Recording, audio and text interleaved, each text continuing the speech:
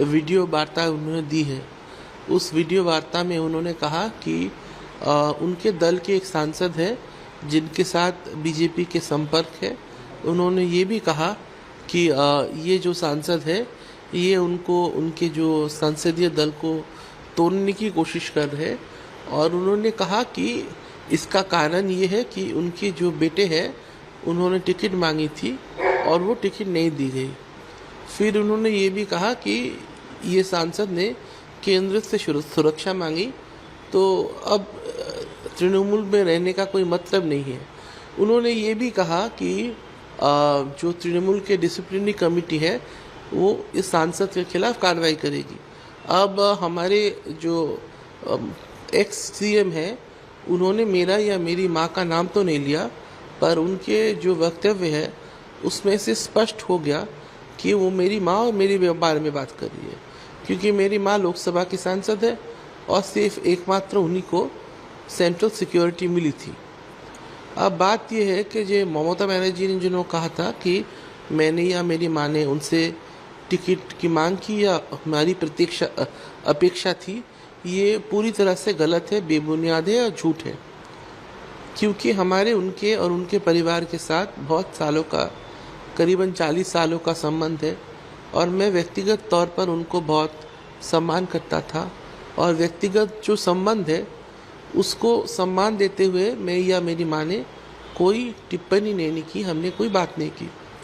फिर उनके दल के जो कृष्णनगर के सांसद हैं महुआ मोइत्र, उन्होंने भी कहा कि काकोली घोषितदार की जो बेटे हैं उनको टिकट नहीं मिला, इसीलिए वो रेबल बन गई है। महुआ मोइत्र ने इंटरव्यूज़ दिए जहां उन्होंने कहा कि काकोली रो रही थी कि मुझे टिकट दो, मेरे बेटे को टिकट दो।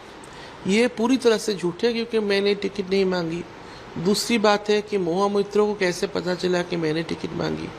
तीसरी बात है, महुआ मोइत्र को मैं अपनी बड़ी दीदी मानता था, उनको बहुत सम्मान देता था, हर जन्मदिन पर मैं उनको विश करता था। मुझे बहुत दुख है कि राजनीति करने के लिए और ममता बनर्जी की राजनीति करने के लिए उन्होंने मुझको इस गंदी राजनीति में उन्होंने इन्वॉल्व किया और मेरे खिलाफ इस तरह के गंदे आरोप उन्होंने लगाए।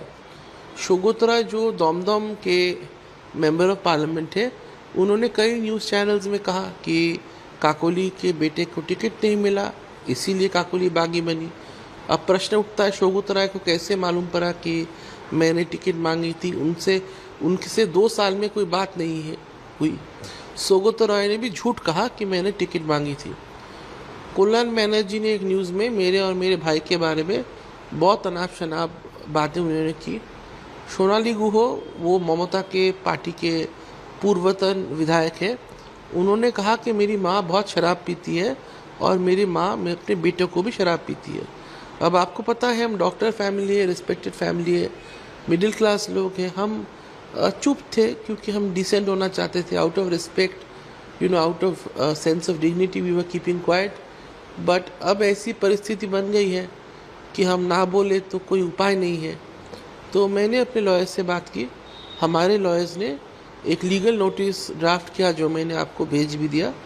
उस नोटिस को हम सोमवार या मंगलवार ममता बनर्जी, महुआ मोइत्र, शोगोतरा, कल्याण बनर्जी और सोनाली गुहो को भेजेंगे। हम मांग करते हैं कि वो अभी एक माफ़ी मांगे हमसे। हम मांग करते हैं कि वो इस तरह की बेबुनियाद अनाप शनाप झूठ ना बताए हमारे बारे में। और हम ये भी मांग करते हैं कि वो अपने स्टेटमेंट्स वापस ले। अगर ममता बनर्जी अपने स्टेटमेंट्स वापस नहीं लेती है तो 15 दिन के बाद हाई कोर्ट और सुप्रीम कोर्ट में मैं बोथ सिविल और क्रिमिनल डेफेमेशन केस करूंगा अगेंस्ट ममता बनर्जी एंड शोगोतरा, महुआ मोइत्र, सोनाली गुहो एंड कल्याण बनर्जी। क्या कोई ऐसा वो तो लॉयर से बात करनी पड़ेगी, पर जो आरोप उठ रहे कि कई आईपैक ने पैसे देकर टिकट दिया, कई लोगों ने कहा, तो उसका तो जांच होनी चाहिए। मैं तो जांच करने वाला कोई नहीं हूँ। मैं आशा रखता हूँ कि जो संस्थाएं हैं जो इस बारे में जांच करती हैं उनको तो जांच करनी चाहिए। आप तो पैसे लेकर टिकट्स नहीं दे सकते। टिकट की डिमांड की थी, क्या वाकई था कि इलेक्शन के टाइम आप यहाँ थे? आपने हो सकता है इनडायरेक्टली ही कभी किसी से बोला हो कि मुझे भी टिकट मिल जाए तो बेटर, या ऐसा कुछ भी? मैं आपको सच कहना चाहता हूँ, मैंने किसी से टिकट नहीं मांगी। आईपैक के एक अधिकारी है चंद्रभूषण राव, आप लिंक्डइन में देख सकते हैं। उन्होंने मुझे पहली बार व्हाट्सएप पे कॉल किया। वो मुझे कन्विंस करने की कोशिश की है कि आप एमएलए बन जाइए, हम आपको मंत्री बना देंगे, हम आपको एमपी बना देंगे। और हर महीने आईपैक के कोई रिप्रेजेंटेटिव या वहाँ के जो तृणमूल छात्र परिषद के जो लीडर हैं सोमपाल, वो फ़ोन करते थे। वो हेल्थ कैंप्स और डिफरेंट काइंड्स ऑफ प्रोग्राम्स रखते थे, मुझे बताते नहीं थे, एक दिन पहले बोलते थे और मुझे जाना पड़ता था, क्योंकि नहीं जाऊंगा तो बवाल मच जाएगा। अब बात है कि सितंबर अक्टूबर में मेरे ऑब्जर्वरशिप था अमेरिका के बॉस्टन के हार्वर्ड यूनिवर्सिटी का जो हॉस्पिटल है, मैसाचुसेट्स जनरल हॉस्पिटल, वहाँ मैंने न्यूरो इमेजिंग और न्यूक्लियर इमेजिंग में एक ऑब्जर्वरशिप मैंने किए हैं। मेरे जो प्रोफेसर थे उसका नाम है डॉक्टर फ्रैंक सिमोनी। मेरे पास एक्सेप्टेंस लेटर भी है। अब मैं कलकत्ता से बॉस्टन के लिए गया 25 सितंबर। तो अगर आप 2 महीने देख कर चले तो 25 सितंबर से अक्टूबर नवंबर, ये 2 महीने तो मैं बॉस्टन में था। फिर मैंने हार्वर्ड में वहाँ के department of child psychiatry and general psychiatry में 3 महीने का ऑब्जर्वरशिप का एप्लीकेशन दिया था। तो अगर आप देखें सितंबर, अक्टूबर, नवंबर, मैं गया था सितंबर के 25 को। सो अक्टूबर, नवंबर, दिसंबर, जैन, फेब, ये 5 महीने तो मेरे बॉस्टन में काम था। तो कितना हुआ, मार्च तक हुआ ना। इलेक्शन कब था, अप्रैल में। तो ये पॉसिबल है कि मैं 5 महीना बॉस्टन में रहूँ और आकर 1 महीना इलेक्शन करूँ। अगर मेरी मंशा ये होती कि मैं भारत साथ में एमएलए के चुनाव में मैं कंटेस्ट करूं, अगर ये मेरी मंशा ये होती कि मैं टिकट की उम्मीदवार के लिए मैं अपनी दावी पेश करूं, तो मैं बॉस्टन में क्यों गया? ये तो सब मेरे पास है, मैं आपको दे दूंगा। मैं सारा ईमेल, मेरा जो सर्टिफिकेट है, मेरा जो एक्सेप्टेंस लेटर है। Is it possible that I was expecting a ticket from Barashat and at the same time I was working in America in the same duration? Is it possible? और आपको पता होना चाहिए Boston में भी शुभमपाल और IUPAC के कुछ लोग मुझे फ़ोन किए, रात को फ़ोन करते थे। ये पूरा मजाक किया है ममता बनर्जी, उनके दल और आईपैक ने। मुझे पता नहीं ये क्यों किया। हो सकता है कि मेरे माँ को नीचा दिखाने के लिए षड्यंत्र किया, पर ये बहुत एक नीची स्तर की राजनीति है। मेरी माँ सांसद है, वो राजनीति करती है। मैं और मेरे भाई तो राजनीति नहीं करते, और मेरा तो काम था।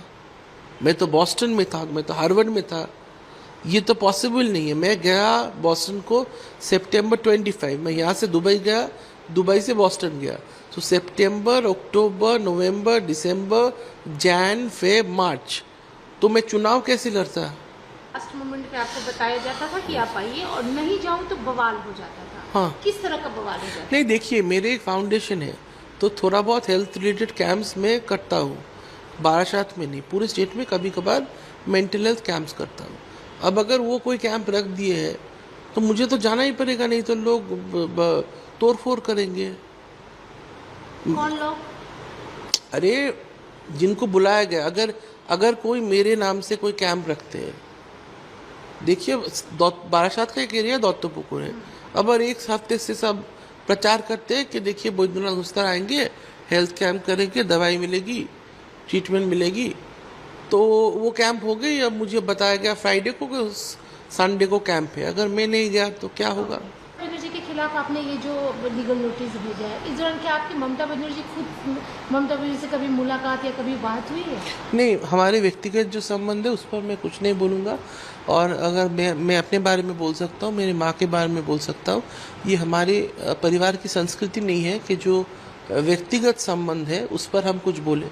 तो व्यक्तिगत तौर पर हमारा जो संबंध रहा है 40 साल पर, उसके बारे में मैं कुछ नहीं बोलूँगा।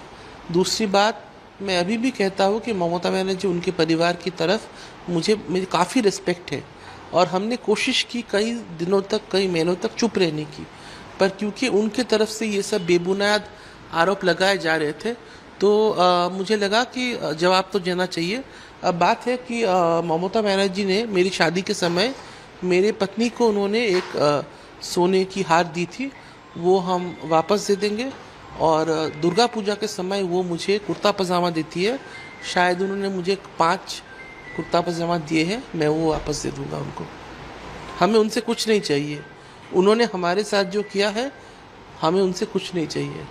वो ऐसे एहसान करते हैं कि आदमी एहसान लेने के लायक नहीं रहता।